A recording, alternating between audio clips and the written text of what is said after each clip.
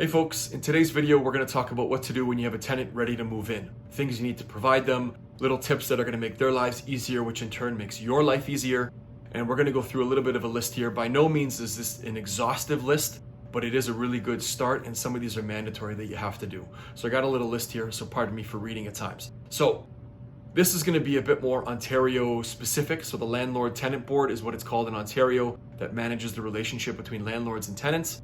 In different provinces or states, you'll have some sort of body that governs these things or that manages these things, but it'll be pretty similar. So we'll use it as a generic example, but again, you can research it online for your specific province or state. The first thing you need to provide is the Landlord Tenant Board has an information package for new tenants. It sort of describes their rights. It tells them what landlords are and are not allowed to do.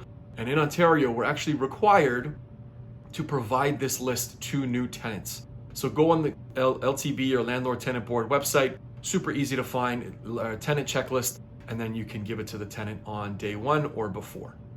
The second thing is a copy of the lease.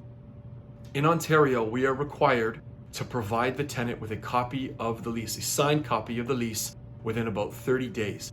If you do not provide it, they can actually stop paying rent until you provide that signed copy. Now, they'll have to pay that rent back eventually, but there is a rule that tenants don't have to pay if the landlord has not given them a copy of the signed lease within a certain time period. So just make sure you're doing that, get it out of the way, and forget about it. Super easy to do, but make sure you provide a copy.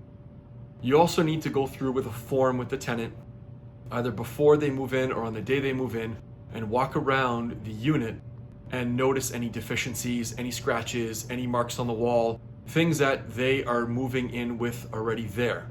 So at the end of their lease, you do a final walkthrough with them, and you can go through and say, okay, this was here before, but this wasn't here before, this is damage you've caused, and then you can hold them accountable for that.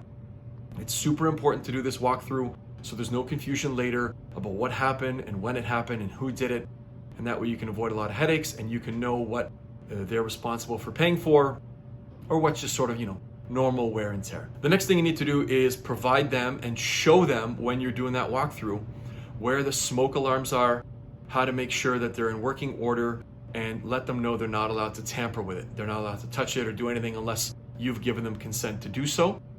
Changing the batteries, you could have the tenant do it. It's a really good idea for you as a landlord to get into your unit or the property manager to get into the unit, change the batteries, and just sort of, look around, see how the unit's doing, how clean they are. If there's any damage already, you can sort of address it at that time. But you are required to have a smoke alarm on each level of the property. So if there's multiple levels, each level has to have it. Usually in a hallway outside of bedrooms is sufficient. Different layouts will require different things. So make sure you double check, because it is your responsibility as the landlord to have them in the proper areas. They have to be in working order. So make sure you double check. On a similar note, you should provide fire extinguishers for them, and in your walkthrough, show them exactly where it is, demonstrate how to use it, make sure they haven't expired. Just keep track of them, sort of put it in your phone or something as a reminder to double check the condition of them or to replace them when they expire, and fire extinguishers do expire. So just make sure you're on top of that. The next thing is the carbon monoxide detector and the location of it. If you have a gas burning appliance of any kind, gas furnace or whatever, you must have a carbon monoxide detector by law. So make sure it's working, make sure if it's battery operated, batteries are being changed every so often, or it's plugged in properly, it's in the proper location. Again, super easy to find this information online, but it is your responsibility as the landlord to have one, to make sure it's in working order. Otherwise, it'll be on you if something goes wrong, and nobody wants that for anyone, and you don't want that responsibility, never mind the tenant's safety. You want to have keys available for the tenant on the day they move in. It's advisable to change the locks or change the keys in that lock every time a tenant moves out. Now, you don't have to get the locks changed by a locksmith every time there's tenant turnover. There are locks now that are available where you put in it's called a smart key, and you put it in a little hole in the lock, and then you can actually change the key used for that lock every time. Keys can cost you $10 to $15. A locksmith coming in and changing the actual lock's gonna be a lot more expensive than that. So you might wanna invest in these smart key locks where every time the tenant changes over, you can actually change the key used for the exact same lock. And then that way you're spending so much less money, you have a lot more control over it, and you're not waiting on someone making appointments depending how close you live to the property. It could be a bit annoying. So kind of look into that. But again, make sure they have enough keys for the number of people living in there. Some of our properties, we put a lockbox on the outside somewhere, hidden away. And that way, if the tenant locks themselves out, we can give them the code to the lockbox. Instead of making the trip to the property, they can just access the key, and then we figure out what to do going forward from there. We always like to provide our tenants with a list of emergency contacts. So plumbers, electricians, sort of emergency things that'll happen in the middle of the night where you don't want to get that call at 3 a.m, and then you have to go through and call the electrician, call the plumber, call whoever you need to. They have that list maybe on the fridge, we like to put it, or we put it, somewhere in an easy to spot location so they can make that call in the case of an emergency. Now, if it's something that doesn't need immediate assistance, then yeah, they can call you or get in touch with the property manager.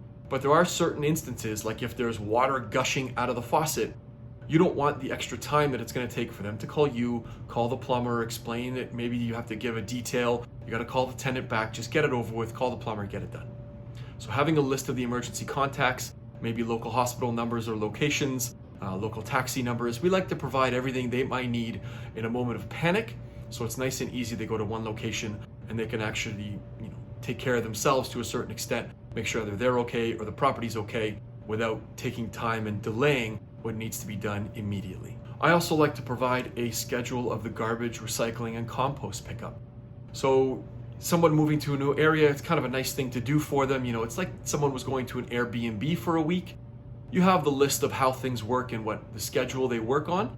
It's great to do that for your tenants. It's sort of stepping in the right direction or getting off on the right foot with them, establishing a relationship that you're looking out for their best interests and you understand what they need, and just easily providing a list, easy peasy, move on to the next. The next thing is garbage bins. You need to make sure they have a garbage, recycling, and compost bin. You can usually pick this up from the local municipality. Some of them give them free, some of them, small amount for the actual bins. You want to show your tenants where they move in, where it is, the days they need to put it out. Put a schedule on the fridge for them, or put it in like a nice, laminated package or something so they can have access to it and put it wherever they need, or if they think they're gonna be able to see it, and that way they're not missing a garbage pickup and then garbage just to pile up, and that's a whole nother issue. And finally, we like to do a welcome gift. Just a little something. It could be like a little, $5 tree that sits on the windowsill, or a box of chocolates, or a gift card to a coffee shop or whatever. Just, again, you want to start off on the right foot. You want to know that the tenants are taken care of, and they want to feel as if, okay, my landlord actually cares. This is not just rinse and repeat, taking my money and don't even care what happens to me. It's just a great way to start off on a good foot. Your relationship with your tenants goes a long way toward your experience with your property. Although the money could be rolling in, it really does make a difference if your tenants are happy. They'll call you less. They might look the other way if there's a small issue. They might give you a heads up or tell you about maybe the neighboring tenant they're having issues with, or something the neighboring tenant is doing, because they have a good relationship with you. We've had tenants call us about little things, big things that are so important only because we have a good relationship and they feel like they can reach out, and we're not just a faceless landlord, collecting checks every month. That relationship does go a long way. Again, this is not an exhaustive list, but these are important things to make sure you do, to maybe do just to make your relationship better. We highly recommend all of them.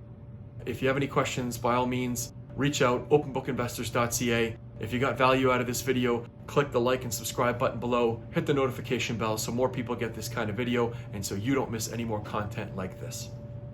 For more information about how real estate can help you have peace of mind about your retirement, build generational wealth, and take control of your financial future, click the like button below and subscribe to the Open Book Investors YouTube channel. More resources and ways to get in touch are in the description below.